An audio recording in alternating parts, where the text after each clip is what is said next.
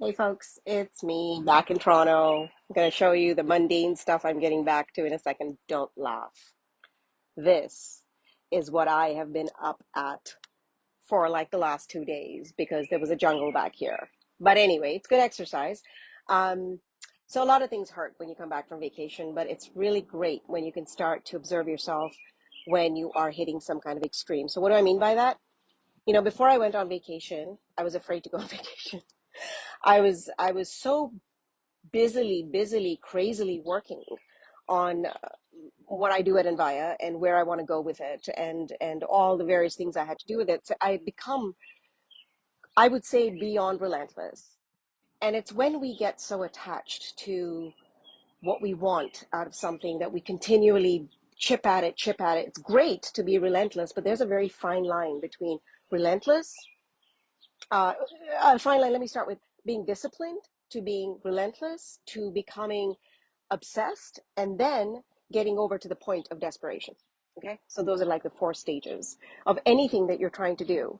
And it's really important that you know where you stand. And so when I went away on vacation and I came back to my yoga practice, as most of you probably know, I have a pretty advanced yoga practice. Today was 100 degrees in the studio, and my RAS, my reticular activating system, was like, yeah, it's going to be really hard, it's going to be tough, don't know if you can get through it, the usual stuff.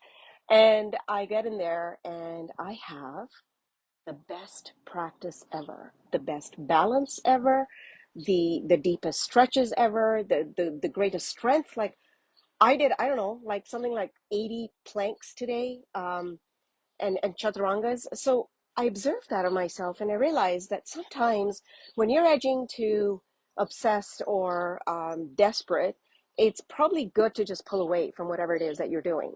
Pull away. And that needs to be some part of your habit forming thing that you do. You got to have a habit of knowing exactly where in that spectrum you've gotten and what you're going to do to completely pull out. So sometimes it means completely extracting yourself away from a task so that you can come at it with a completely renewed, reframed mindset. And that's what happened to me today because I lasted. Not only did I last, I felt like I excelled. And at Envia, one of the things we really teach is forming habits, right? So, by the way, if you want to talk about this, you can talk to me at book.meetenvia.com. But we go through the step-by-step process of redesigning your entire day. And part of that is knowing how to instill habits and layer habits.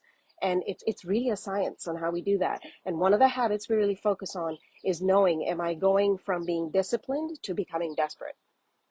Because that's never a good place, because that is not efficient. That's where you have declining gain day after day. And so it's really worth understanding when it's time to pull back and how to reinvest yourself into something that you really care about. Book.meetenvia.com.